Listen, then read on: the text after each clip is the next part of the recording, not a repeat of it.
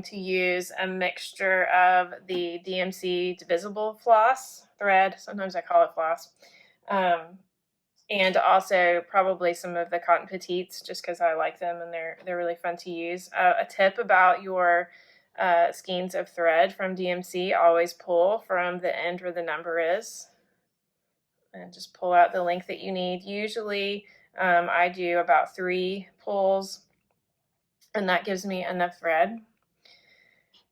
One thing that people get really confused about when they start working on this embroidery is how to do your hoop.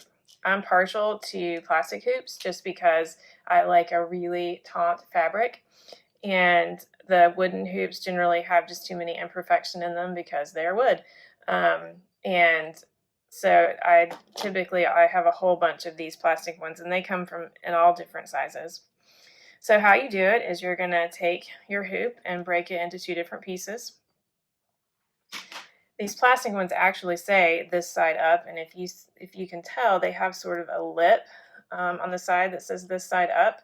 And so you're going to put that piece without the screw underneath your piece of fabric. This is just a piece of cotton that I'm using to stitch on. Then you take your piece with the nut and bolt and you put it on top. And like I said, with the plastic ones, there's that little lip on there, so you can actually feel it almost sort of pops when you have got your hoop around the other hoop. Then you just sort of tighten it up, stretch your fabric out, just tighten it up. Like I said, I like a really taut fabric, but honestly, I think it's just personal preference. Just sort of go all the way around and pulling it. Obviously, you have to be thoughtful about the kind of fabric that you're using.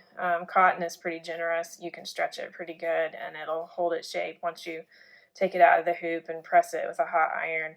There's other fabrics. Linen tends to be pretty forgiving, but obviously if you're using, like, I don't know, that you would often be stitching on silk or satin or even just a rayon, like you would never want to pull one of those as tight as this. You would just want it to be tight enough that you can get a good surface for working, but obviously you wouldn't pull it as tight as I'm pulling this right now. It's almost like the top of a drum. And that's it.